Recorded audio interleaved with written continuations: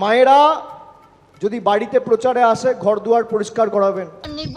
আর মায়েরা আর বোনেরা, তৃণমূলের ভাইপো আর তার দলের নেতারা যদি আপনাদের বাড়িতে প্রচারে আসে, তাহলে আপনাদের বাড়ির গরু ছাগলগুলোকে একটু সাবধানে রাখবেন। কারণ এনাদের ব্যবসা হচ্ছে এটাই, গরু ছাগলগুলো নিয়ে গিয়ে না আবার বাংলাদেশে পাচার করে দেয়। আসলে এদের আধা ডায়লগগুলো তো বাংলাদেশ থেকে ধার করে আনা। সেই জন্য ইনারা চান যে বাংলাদেশের লোককে আর একটু খুশি করে রাখতে, তারা যাতে আরও কিছু নতুন ডায়লগ দেয় যেগুলো দেবাংশু চালাতে পারে ভোটের সময়। এগুলোই হচ্ছে তৃণমূলের সংস্কৃতি। তাই আপনারা একটু সাবধানে থাকবেন আর ঘরের গরু ছাগলগুলোকেও খোঁটায় বেঁধে রাখবেন। আচ্ছা। আর ভাইয়েরা হাত পা টেপাও। আর আমি ভাইদেরকে অনুরোধ করব যে ভাইরা তোমাদের মানি ব্যাগগুলো একটু সাবধানে রাখবে, এবং যেসব ফসল ফলিয়েছো বা তোমাদের ব্যবসার জায়গাগুলো সেগুলো একটু সাবধানে রাখবে। তা না হলে তৃণমূলের নেতারা রাত বিরেতে চলে আসতে পারে, কারণ হচ্ছে তোলাবাজি করতে। আর ভাইরা তোমরাও একটু ঘরের দিকে নজর দিও, নাহলে তৃণমূলের নেতারা আবার সন্দেশখালির মতো তোমাদেরও মা বোনকে না ডেকে নিয়ে গিয়ে রাত্রি 2টার সময় পিঠা বানায়। দেখো আবার তৃণমূলের সংস্কৃতি তো একটুখানি ভাবতেও লজ্জা করে। বললাম একটু খারাপ মাইন্ডে কেউ নিও না। চোরেদের এনার্জি অভিষেক ব্যানার্জি, ইনি বড় বড় ডায়লগ দিতে এসেছেন। তাহলে চলো আজকে ইনাকে আর ইনার পেশিকে দুটোকে একসাথে ধোবো, একদম কাপড় কাচার মতো কাচতে থাকবো। চলো আর বেশি না বকে ভাট, আজকের ভিডিওটা শুরু করা যাক। তো হেই বাঙালি, হ্যালো বাঙালি, নমস্কার বাঙালি, কেমন আছো তোমরা সবাই? আশা করি অনেক অনেক ভালো আছো। আজকের একটা নতুন ভিডিওতে তোমাদের সবাইকে অনেক অনেক স্বাগত। আরে হ্যাঁ ভাই হ্যাঁ। এদেরকে বলবে দাড়ি কামাও, চুল কেটে দাও। হ্যাঁ, আর তৃণমূলের নেতাদেরকে দিয়ে একটা কাজ করাতে পারেন, ঘরে বাসন কোসন মাজিয়ে নিতে পারেন। নাহলে আরেকটা ভালো কাজ করতে পারেন, যে আপনাদের ঘরের ছেলে মেয়েদেরকে বলেছিল না যে চপ ভাজা দোকান খুলতে, তৃণমূলের নেতারা এলে তেল গরম করে রাখবেন। বলবেন শালা শুয়োরগুলো চপ ভাজা আগে, তারপরে তোরা ভোট প্রচারে যাবি। কারণ আমার ছেলেটা তো একটু পরেই চপ আর মুড়ি নিয়ে রাস্তায় বেরোবে, তো সেখানে গিয়ে চপ ভাজবি। আরেকটা কথা বলবেন তৃণমূলের নেতাদেরকে, এই যে ঘরগুলো দিচ্ছে না, তার যে বালি টালিগুলো হয়, পাথর চিপস, এগুলো একটু ঢেকে রাখবেন। নাহলে তৃণমূলের নেতারা আবার সেগুলো নিয়ে চলে যাবে। আর রাস্তা দিয়ে আসার সময় দেখবেন যাতে পুলিশের চোখে না পড়ে বালি টালি, তাহলে আবার সেজন্য ফাইন দিতে হতে পারে। তৃণমূলের আমলে পুলিশের যা অবস্থা তৃণমূল করেছে, তাতে সোনাগাছির মেয়েও আর পুলিশের জন্য জুটবে বলে মনে হয় না। 1 মাস সুযোগ পাবেন, তারপর আর টিকি খুঁজে পাবেন না। যত বাড়ির কাজ এদেরকে দিয়ে করিয়ে নিন, মনে থাকবে। সবার সব কথা মনে থাকলেও কি হবে, ভাইপোর সাধারণ মানুষের কথা মনে থাকে না। ভাইপো শুধু নিজেদের জন্যই ভাবে।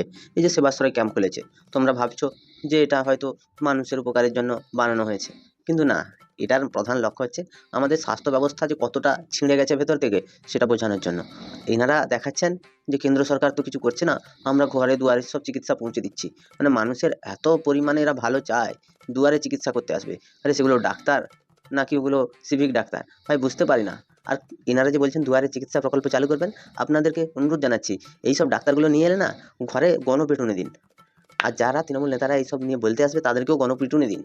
তা না হলে আপনারা বাঁচতে পারবেন না। কারণ এই সিভিক পুলিশ যে পরিমাণে ওষ্ঠাগত করে তুলেছে পশ্চিমবঙ্গের আইন ব্যবস্থাকে, সেই সিভিক পুলিশরা সিভিক ডাক্তার সেজে হয়তো আপনার ঘরে আসতে পারে। কারণ তৃণমূলের অনেক রকমের ছলচাতুরি আছে যেগুলো সাধারণ মানুষের পক্ষে জানা বা বোঝা সম্ভব নয়। এরা হচ্ছে একটা পাঁড় মাতাল।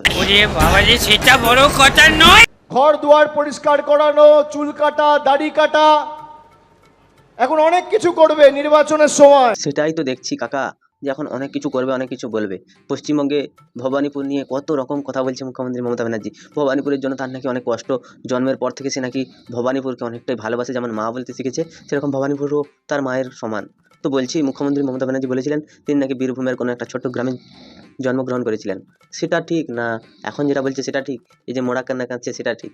তো পশ্চিমবঙ্গের মুখ্যমন্ত্রী আর তার ভাইপোর কাছে একটা অনুরোধ জানাচ্ছি, আগে নিজেদের জন্মটা ঠিক করুন, কোন জায়গায় হয়েছিল, বা আর বলছি না খারাপ কথা, তো সেটা ঠিক করে তারপরে আপনারা ভাষণ দিতে আসুন, তখন শুনতে খুব ভালো লাগবে, অনেকটাই ভালো লাগবে।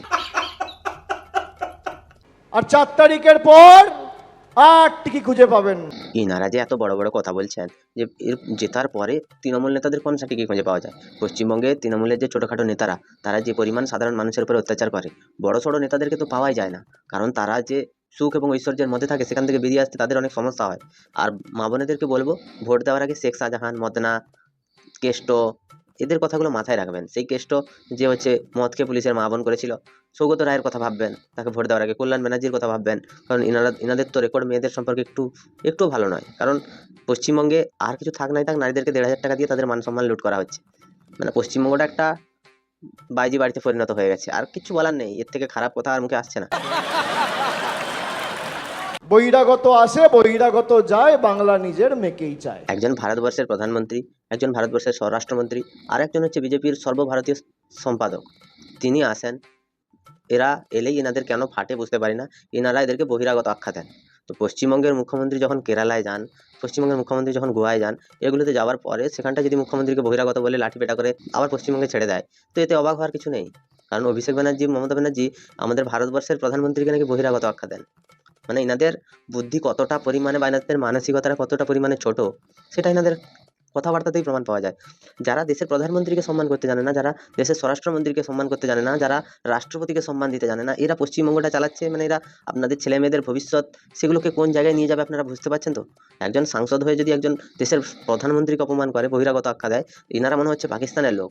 তা না হলে এনারা বহিরাগত আখ্যা দিতেন না তো। এটা তো ভারতবর্ষ, এখানে যে কেউ আসবে যাবে, এনারা কি করে বহিরাগত আখ্যা দিচ্ছেন সেটাই তো বুঝতে পারছি না। আর একটা এক্সট্রা কথা বলতে চাই, এই যে এসআইআর নিয়ে এত নাটক চলছে পশ্চিমবঙ্গে, মমতা ব্যানার্জি নিজে কালো কোট ফোট পরে সুপ্রিম কোর্টে লড়ে এলেন, ওটা খুব ভালো কথা। তবে একটা কথা মুখ্যমন্ত্রীকে বলতে চাই, যে পশ্চিমবঙ্গে আমাদের তো আপনার শাসনকালেই দেখলাম যত চুরি চিটিংবাজি চলছে।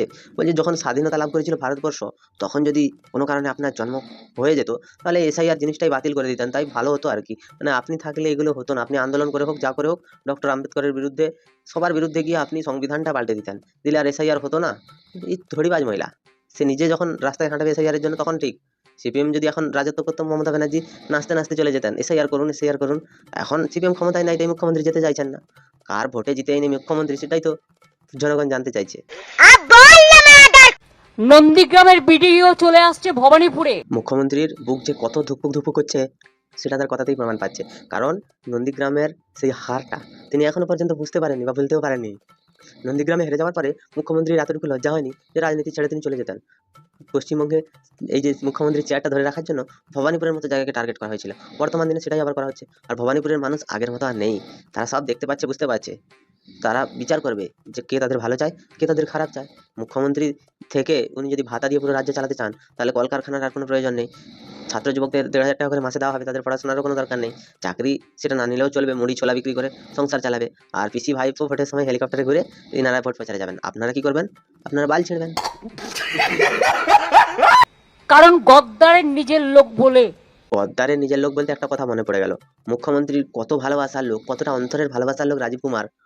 এই রাজীব কুমারকে যখন কেন্দ্রীয় সরকার ডেকেছিল, তখন এই রাজীব কুমার, তাকে ডাকা হলো কেন সেটা নিয়ে মুখ্যমন্ত্রী তিনি অনশনে বসে গেছিলেন। তারপরে তিনি সেখান থেকে সরে গেলেন।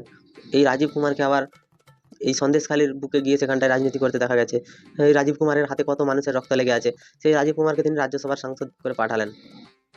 মমতা ব্যানার্জির কতটা পেয়ারের লোক হলে এই রাজীব কুমারকে পাঠানো যায়?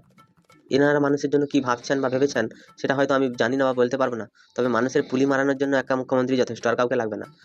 গদ্দারের নিজের লোক ভিডিও যদি পশ্চিমবঙ্গে ভবানীপুরে আসে, মুখ্যমন্ত্রী মমতা ব্যানার্জি যদি মন থেকে কোনো উন্নয়ন করে থাকেন বা মানুষকে ভাতা দিয়ে খুশি করে থাকেন, তাহলে যে এলো গেল মুখ্যমন্ত্রীর কি যায় আসে? মুখ্যমন্ত্রী তো জিতবেন, তাই না? এই পিসি ভাইপো পারিবারিক রাজনীতিতে পুরো এক্সপার্ট। পিসি ভাইপোর সাথে রাজনীতি করার মতো পশ্চিমবঙ্গে কারোর জন্ম হয়নি, আর হবে বলেও আমার মনে হয় না। কারণ চোরেদের রাজনীতি তো, ওটা সবার দ্বারা হয় না। চুরি চামারি, লোককে চুরি করা, লোকের সাথে চিটিংবাজি করা, এগুলো পিসি ভাইপোর দ্বারাই সম্ভব। পশ্চিমবঙ্গে আর কারোর দ্বারা সম্ভব নয়। তবে ভোট আসছে, এখন পিসি ভাইপো একটু বেশি খাটাখাটুনি করবে। পশ্চিমবঙ্গে অভিষেক ব্যানার্জি তিনি বলছেন বিজেপি নেতাদের দিয়ে ঘর দুয়ার পরিষ্কার করাতে। তৃণমূলের নেতারা এলে হয়তো সেই ঘর দুয়ারে বরণ করে ঘরে ঢুকাবে, তারপরে ঘরের ভিতরে ঢুকিয়ে উত্তম মধ্যম দিতে। হয়তো অভিষেক ব্যানার্জি সেটাই চাইছেন। পশ্চিমবঙ্গে এসআইআর নিয়ে কত নাটক চলছে, তারপরে ইলেকশন এসছে, এখন তৃণমূলের নেতারা কত নাটক দেখাবে আমরাও দেখতে চাই, আমরাও বুঝতে চাই পশ্চিমবঙ্গে কি হতে চলেছে। তোমাদের কি মতামত তোমরাও কমেন্টে জানিও। যদি ভিডিওটা ভালো লাগে আর পিসি ভাইপোকে গালি দিতে ইচ্ছে করে, কমেন্টে দিয়ে যেও। পাশে থাকা বেল আইকনটা প্রেস করতে একদম ভুলবে না। ভালো থেকো, সুস্থ থেকো, সাবধানে থেকো, আর দেখতে থাকো বাংলার কুঁড়ে ঘর।